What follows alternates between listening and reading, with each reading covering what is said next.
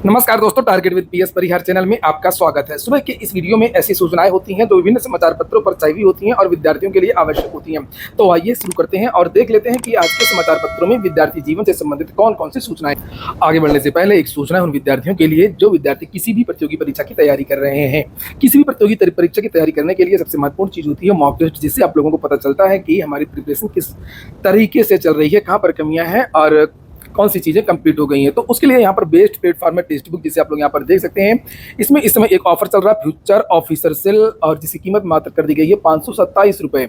और इस yearly pass में जो इनका ईयरली पास होता है, इस ईयरली पास में आप लोग इस ऐप में, इस एप्लीकेशन में जितनी भी भर्तियां हैं सारी भर्तियों को मॉक टेस्ट दे सकते हैं, चाहे वो यूपी ट्रिपल एससी की भर्तियां हो, यूपीपीएससी की भर्तियां हो, police SI, police constable, SSC GD, railway, banking, जितनी भर्तियां हैं सारी सारी भर्तियां, इनकी संख्या लगभग 800 से ज़्यादा भर्तियां इसमें कवर की गई हैं। साथ में अगर टेस्ट की बात करें तो इसमें 80,000 से ज़्यादा मॉक टेस्ट आपको देने को मिलते हैं। 12 से अधिक भाषाओं में मॉक टेस्ट उपलब्ध है और इसकी जो लिंक है वो मैंने डिस्क्रिप्शन बॉक्स में दे दिया है। आप लोग जल्दी जाकर के इस ऑफर का लाभ ले सकते हैं। और एक बात और बता दूं, इसमें अगर आप लोग परचेज करते समय एक कोड लगा देंगे TWP, तो आप लोगों को इसमें 12% की एक्स्ट्रा छूट भी मिल जाएगी। चलिए शुरू करते हैं, बात करते हैं सबसे पहले यूपी ट्रिपल एससी की। आज 3-4 सूचनाएं हैं।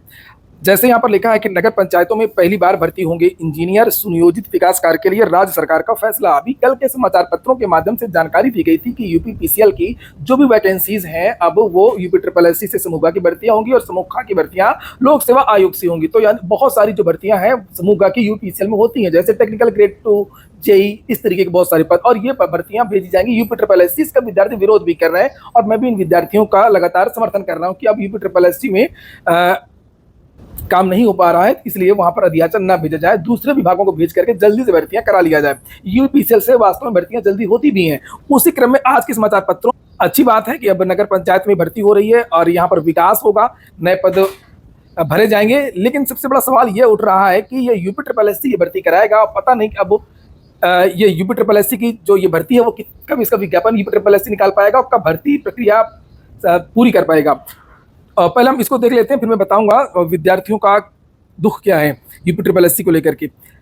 लिखा है कि प्रदेश में मौजूदा समय में 545 नगर पंचायतें हैं, लेकिन इनके पास अपने इंजीनियर नहीं है। इसी के चलते इन्हें उधारी पर अभियंताओं को मांग करके काम चलाना पड़ता है। स्थिति यह है कि नगर पंचायतों में होने वाले कामों के लिए डिटेल प्रोजेक्ट रिपोर्ट बनाने के लिए निजी एजेंसियों का सहारा तक लेना पड़ता है। इसीलिए उच्च स्तर पर तय किया गया है कि सहायक अभियंता के साथ एई के साथ अवर अभियंताओं की भर्ती भी की जाए। पंचायतों में हो रहा है अरबों का काम। और आप लोगों को बता दूं कि आप लोग भूल गए होंगे, आप लोग वीडियो लाइक नहीं करते हैं और एजुकेशनल चैनल है, इसकी भी एक सीमा होती है। अगर आप लोग सपोर्ट नहीं करें तो चीज़ें सही नहीं हो पाए, इसलिए आप लोग इस चैनल को सपोर्ट किया करें और वीडियो को ज़्यादा से ज़्यादा शेयर किया करें, लाइक किया करें। और जो आपके जो सवाल हो वो आप लोग कमेंट बॉक्स में लिख सकते हैं।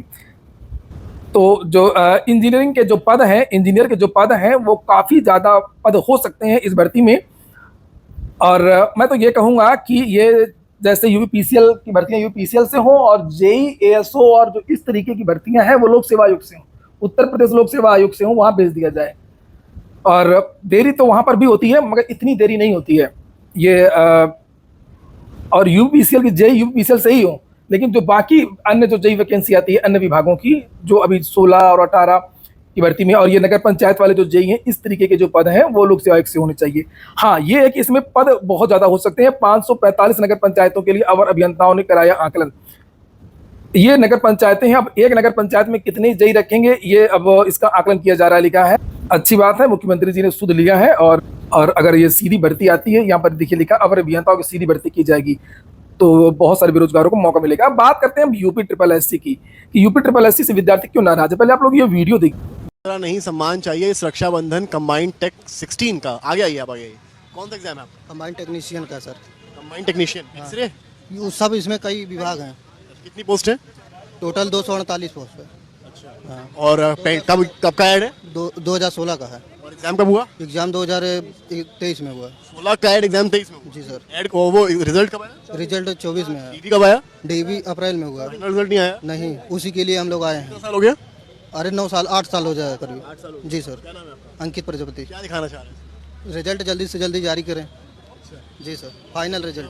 रक्षाबंधन में रिजल्ट चाहिए। जी सर। आप आएगा? हाँ, आप आएगा? अब वो तो सचिव जी बताएंगे। आप? हम लोग हैं जूनियर स्टूडेंट्स।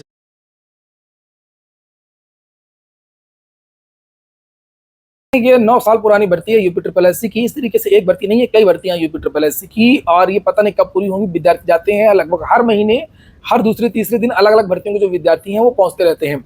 और 8-8 साल पुरानी, 9-9 साल पुरानी जो भर्ती हैं वो कब पूरी होंगी ये सोचने वाली बात है। कभी विद्यार्थियों से कहा जाता है कि जुलाई में रिजल्ट आएगा, कभी कहा जाता है कि अगस्त में रिजल्ट आएगा। अभी जब विद्यार्थी 5 तारीख को गए थे तो उनसे कहा गया था कि 15 सितंबर तक आप लोगों को जो परिणाम वो जल्द जारी हो जाएगा, जल्द से जल्द आपका परिणाम जारी हो जाएगा। लेकिन पता नहीं कब से कोई एडिशनल रिजल्ट आ जाए, फिर कुछ लोगों को बुला लिया जाए, कुछ हो जाए तो इससे देरी होती है। और अच्छी बात है कि टीवी वगैरह जो न्यूज चैनल हैं वो कुछ कवर कर रहे हैं। और अगली सूचना भी यूपी ट्रिपल एससी की है। लिखा सहायक सांख्यिकी भर्ती परिणाम को चुनौती। आपको पता है कि जो एएसपी 2019 के जो रिजल्ट आया है वो मामला कोर्ट में चला गया है। विद्यार्थियों ने कई सारे आरोप लगाए हैं, अलग अलग मामले कोर्ट में गए हैं। ज्यादातर जो मामले हैं वो ओ लेवल को लेकर के, कंप्यूटर को लेकर के है। विद्यार्थियों का यह कहना है कि इसमें बहुत सारे प्रोविजनल छात्र हैं, लिखा हुआ है साफ साफ प्रोविजनल, उनका डॉक्यूमेंट जो है चेक नहीं किया गया है। High school, inter, BA, BCom जो भी है वो उन्होंने यूपी से किया है, लेकिन ओ लेवल करने के लिए, कंप्यूटर का कोर्स करने के लिए, सक्षमता का कोर्स करने के लिए विद्यार्थी आंध्र प्रदेश गए हैं, केरल गए। और कई समाचार पत्रों में इसको लेकर के जानकारी भी दी गई थी। यहाँ पर देख सकते हैं सांख्यिकी एवं शोध अधिकारियों के विवादित भर्ती परिणामों पर मांगा जवाब। ये देखिए सहायक स्टैटिकल व रिसर्च ऑफिसर परिणाम को चुनौती। बहुत सारे समाचार पत्र में, लेकिन जो है जानकारी ये मिली है कि 13 तारीख को इन विद्यार्थियों को जो चयनित हो गए हैं, इनमें से बहुत सारे गलत विद्यार्थी भी हो सकते हैं क्योंकि इनका कोई डॉक्यूमेंट वेरिफिकेशन में केवल बैठ करके देखा गया है। वहाँ पर बताते हैं कि कोई गहन जांच नहीं हुई है, सभी लोगों को ज्यादातर ले लिया गया है और कुछ छात्रों को प्रोविजनल रखा गया। तो बिना जांच पूरी हुए मामला कोर्ट में भी चल रहा है। विद्यार्थियों को कहना है कि ये नियुक्ति अभी नहीं होनी चाहिए। 13 तारीख को इन विद्यार्थियों को, इसी 13 तारीख को यानी कि आज से लगभग 2 दिन बाद इनको नियुक्ति पत्र दिया जाए। ये वो पत्र है जिसे आप लोग देख सकते हैं जो ये जारी हुआ है 10 तारीख को, यानी कल। ये देखिए, ये 10 तारीख को जारी हुआ है और इसमें यूपी ट्रिपल एससी की ये जो भर्ती है 1036 पदों पर हुई थी एएसओ की। इसमें लिखा हुआ है कि माननीय मुख्यमंत्री जी के कर कमलों से दिनांक 13 अगस्त को पूर्वाह्न 11 बजे लोक भवन सभागार में कार्यक्रम है। तो इसी का विरोध विद्यार्थी विरोध करेंगे। जब तक मामला कोर्ट से डिसाइड ना हो जाए तब तक के लिए रोक दिया जाए। और विद्यार्थियों को ये भी कहना है कि ये विभाग को पता चल गया है कि इसमें कुछ गड़बड़ी है, इसीलिए शायद इसमें जल्दबाजी की जा रही है। टीजीटी पीजीटी में लगातार देरी हो रही है। शिक्षा सेवा चयन आयोग के गठन में अभी आपको पता होगा कि 2 दिन पहले युवा मंच की तरफ से एक धरना प्रदर्शन भी किया गया था प्रयागराज में, पत्थर गिरजाघर में। और युवा मंच के अध्यक्ष हैं अनिल सिंह, उन्होंने ये ट्वीट किया है और जो उत्तर प्रदेश के मुख्यमंत्री हैं उनको टैग भी किया है। महोदय, शिक्षा सेवा चयन आयोग में कार्यवाहक अध्यक्ष व सचिव की नियुक्ति होने के बावजूद टीजीटी पीजीटी व असिस्टेंट प्रोफेसर परीक्षा तिथि घोषित नहीं होने से छात्रों में आक्रोश है। उक्त संबंध में आवश्यक कार्रवाई करने का कष्ट करें। अनिल सिंह, अध्यक्ष युवा मंच। कहना यह है कि जब कार्यवाहक चेयरमैन है, इस समय सचिव कार्यवाहक हैं, तो वो इसलिए है परीक्षा यही के लोग करा लें तो ज़्यादा बेहतर है। क्योंकि जिस प्रकार की कार्यप्रणाली है उत्तर प्रदेश सरकार की, उत्तर प्रदेश शासन की, उससे तो लगता नहीं है कि भर्ती की जो परीक्षा है वो जल्द हो जाएगी। एक एक अधिकारी, एक एक कर्मचारी, एक एक फाइल में सिग्नेचर होने में 6 महीने से 1 साल का समय लगता है और अभी इसमें बहुत ज़्यादा देरी लगने की संभावना है क्योंकि कई अभी कर्मचारियों की नियुक्तियाँ होनी है, चाहे वो कंप्यूटर ऑपरेटर हों, चाहे वो परीक्षा नियंत्रक हों, चाहे वो डिप्टी सचिव हों, चाहे वो चेयरमैन हो। इस तरीके की नियुक्तियाँ अभी होनी है, अभी केवल सचिव ही आए हैं।